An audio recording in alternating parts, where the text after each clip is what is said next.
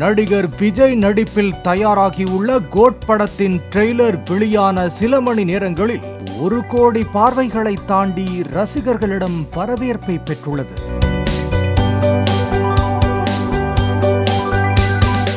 படத்தில் தந்தை மகனாக இரட்டை வேடத்தில் தோன்றும் விஜயுடன் ஒரு காலத்தில் பிரபலமாக இருந்த பிரசாந்த், பிரபுதேவா, மைக் மோகன், ஸ்னேகா, லைலா என நட்சத்திர பட்டாளமே நடித்துள்ளனர். மங்காத்தா, பீஸ்ட் மற்றும் பல ஹாலிவுட் படங்களின் அதிரடி சண்டை காட்சிகளையும் நினைவூட்டும் வகையில் பிரம்மாண்டமாக உருவாக்கப்பட்டிருப்பதாக கோட் படத்தின் ட்ரெய்லரை ரசிகர்கள் கொண்டாடி வருகின்றனர். செய்தியாளர் சந்திப்பில் பேசிய இயக்குனர் வெங்கட் பிரபு, ஸ்பார்க் பாடலில் இடம்பெற்ற விஜயின் டி-ஏஜிங் உருவத்தை ரசிகர்கள் பலரும் கேலி செய்ததால் பல முயற்சிகளுக்கு பின்னர் அதனை முழுவதுமாக தற்போது ட்ரெய்லரில் உள்ளது போல மாற்றி உள்ளதாக தெரிவித்தார். இப்போ நீங்க ட்ரெய்லர்ல பார்த்த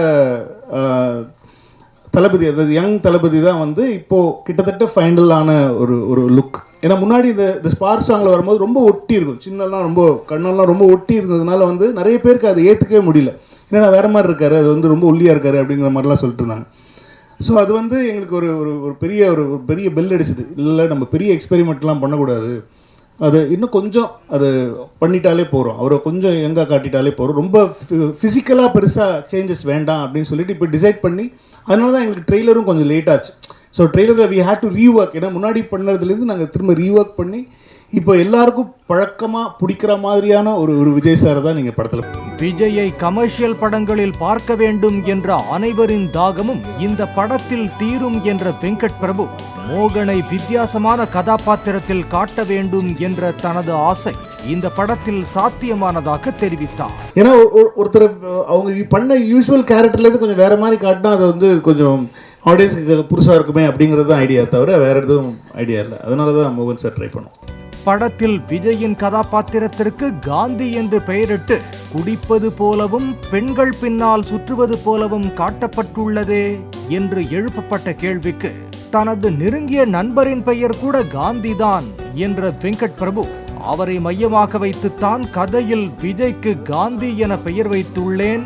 ஏன் காந்தி கலவரம் செய்கிறாரா, குடிக்கிறாரா, ஏன் குழப்பத்தை ஏற்படுத்துகிறீர்கள் என்று கலகலப்பாக பேசி சமாளித்தார். காந்தி பேரை வச்சுட்டு தண்ணி அடிக்கிற மாதிரி சீன் வச்சிருக்கீங்க. என் ஃப்ரெண்ட் பேரும் காந்தி சார். ஏன்னா காந்தி பேர் வச்சாலே சரக்கு என்ன அர்த்தம் சார்? அது தவிர ஒரு அரசியல் தலைவர் வந்து என் ஃப்ரெண்ட், என் பெஸ்ட் ஃப்ரெண்டு பேர் காந்தி. அவன் என்னென்ன பண்றான் தெரியுமா உங்களுக்கு?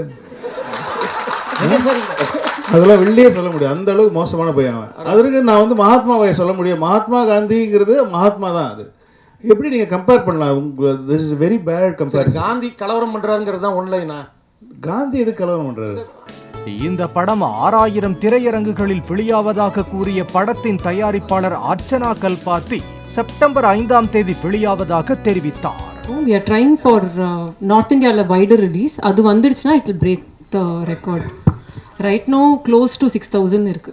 தமிழக வெற்றி கழகத்தில் உங்கள் தம்பி பிரேம்ஜியை எம்எல்ஏ வேட்பாளராக களமிறக்க உள்ளீர்களா என்ற கேள்விக்கு வீட்டில் அமர்ந்து பேசி முடிவு செய்வதாக வெங்கட் பிரபு கூறினார்.